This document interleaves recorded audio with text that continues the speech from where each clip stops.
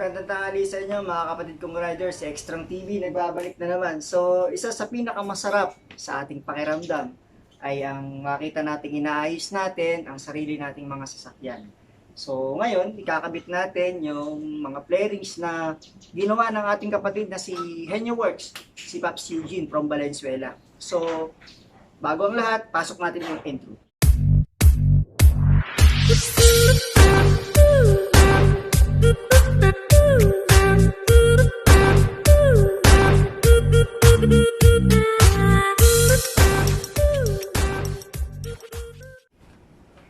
Henyo Works, thank you. Ito yung mga ginawa ni Henyo Works sa i-unbox natin. Pero transparent naman yung kanyang pagkakan. Pero solid kasi pininturahan niya. Sabi ko sa kanya, wag na niyang ilagay sa ayusin kasi kakabit ko rin siya. Kaso inabot din ako ng days kaya tamang-tama. Salamat Pops Eugene at inayos mo yung pagbalot ng ating mga playrings. So, isa-isahin natin yung mga playrings na ikakabit natin. Tank enhancer from Modified. Pina-customize din natin yung paint. Tapos yung ating side playrings. Ayan, nakabalot pa. Napakaganda. Tapos ito yung mga maliliit na abubot ng ating na playrings. Ito, comment down below mga kapatid kong rider kung alin ang mas magandang ikabit. Kung yung R15 ba o itong B5. Napakaganda nila parehas. So, sa mga susunod kong mga video, abangan nyo rin yung paglalagay natin ng DIY visor para sa R15 version ng ating Sigma 250. Ito yung ating sasakyan na si Stal. O yan, mayroon pang pusa sa baba. So, mamaya mabubuo din natin, pero hindi naman totally lahat mabubuo natin ngayon kasi meron pa tayong project na winglet from C200S. Kaya abangan nyo yan mga kapatid kong rider at yung ating DIY visor. So excited na rin akong buuin yon para maipakita ko kung paano ko ginawa at paano ko maituturo sa inyo step by step. May tinesting din ako dito dahil COVID ngayon. May tinesting ako dito sa side nito. Ito yung pinaka-bracket na gagamitin natin sa mini driving light natin. Ito, tinesting ko lang to. Umorder tayo ng 4 na peraso nito para maipakita natin kung magwo-work ba ito or hindi. Pero sa tingin ko, ngayon pa lamang nakikita ko na magwo-work ito kasi matibay, maganda yung grip dito sa ating crash guard. Okay? So, ito yung crash guard ng AMB Concept. Kung gusto niyo lang umorder, so i-click nyo lang yung description below. Yan, nakaka-excite. Ito. Ito na. So, ilubin na rin natin yung pagkakapintura ni Pops Eugene. So, maganda siya. Nakabapping. I love it.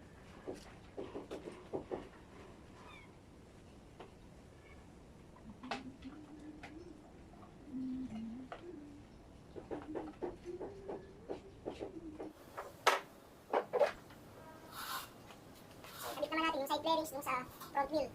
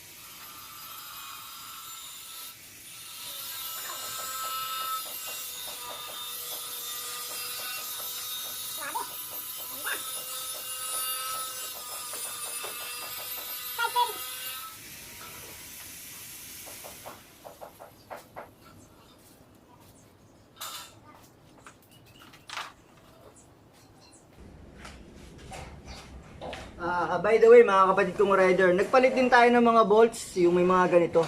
So, hindi nyo na kailangan ng washer para dito. Ayan. Maganda siya at malapad. Hindi nyo na kailangan ng mga washer.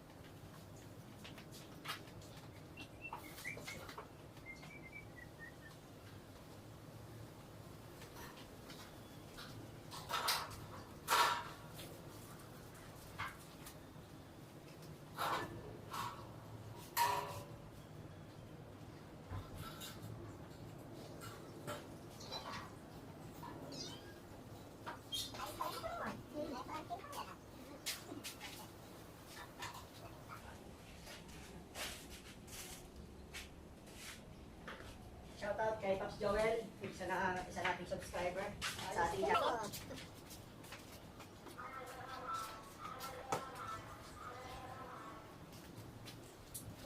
So ito, pakita ko sa inyo yung mga kinabit nating bearings. Yan yung standard Sigma 250 na bagong pintura. Medyo yung iba, matagal nang napinturahan. So, ang pinakang napinturahang naiwan dati is ito. Side flarings. Tapos yung ito. Yan. Ikabit naman natin yung torque enhancer ni Modified.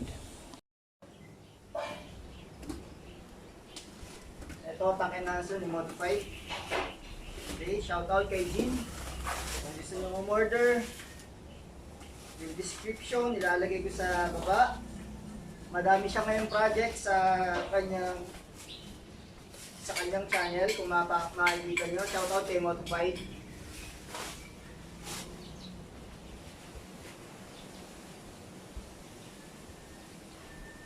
Oops, akala ko gas-gas.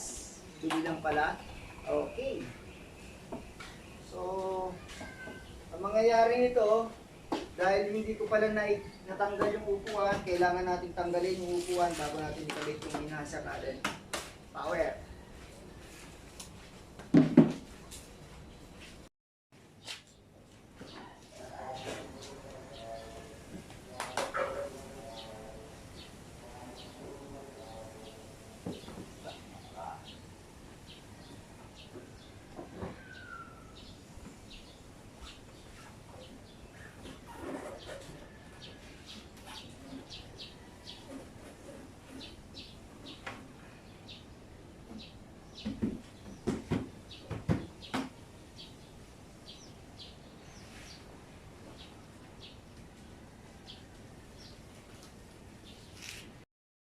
snag fit after nating ilagay yung modified tank enhancer. Medyo hindi siya 0-0 dito. Yan, review na rin natin yung kay modified. Kasi hindi naman talaga ito yung pinaghulmahan nung ginawa ni modified.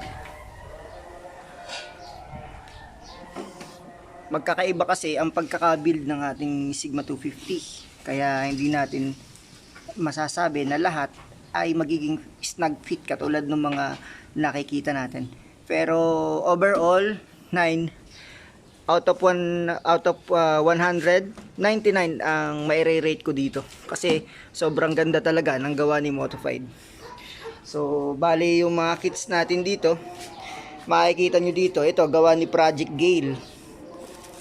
Ito yung B3 na ginawa natin dati na clear visor. So, panoorin nyo kung hindi pa kayo nakakapanood nun.